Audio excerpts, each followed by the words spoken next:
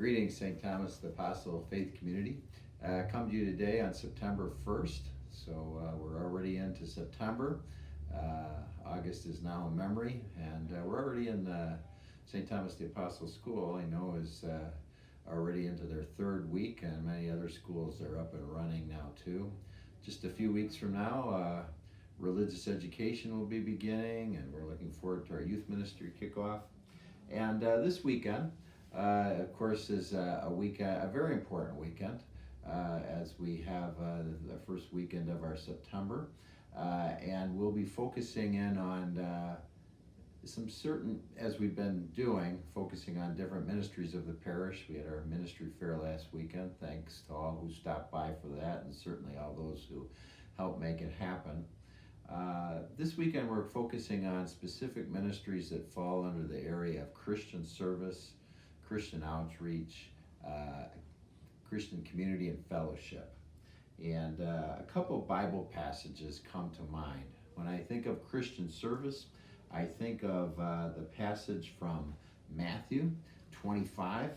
Matthew 25, 31 to 48 is all about the judgment of the nations. And it really gets into simple things, the corporal and spiritual works of mercy, providing some food for those who are hungry, providing some drink for those who are thirsty, clothing the naked, housing the homeless, visiting the sick and imprisoned, caring for people, especially at times those who have lost loved ones or are in that grieving process.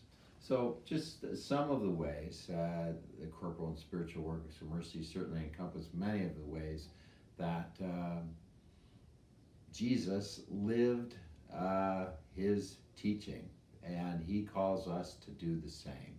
He calls us to be Christian servants.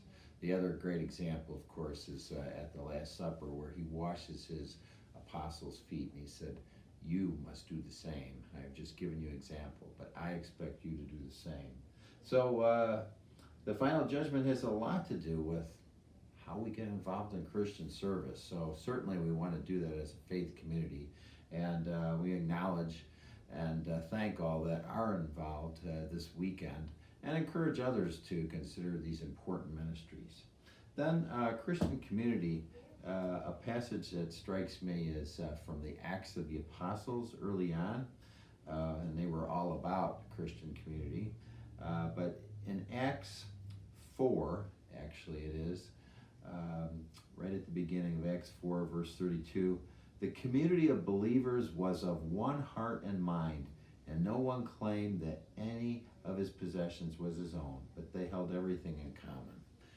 It, especially that being of one heart and one mind, and being all in together, united, so important, and especially in a time where there's so much disunity and discord, to be a united people.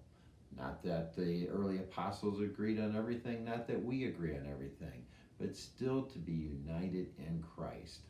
So those are the ministries that fall under those categories we're going to highlight this weekend. And I'd like you to consider those ministries and certainly pray for those ministries, a very important way of fulfilling our parish mission statement and the larger mission of the church. Also, when it comes to Christian community, the following weekend, the weekend of September 11th, 12th, we have our St. Thomas Fest. And I think this would be a wonderful way, a wonderful opportunity to come together as a faith community and be united and bonded by a common purpose. People who are committed to one another and committed to one another through Christ. It is the day that we honor and remember a terrible tragedy in our nation.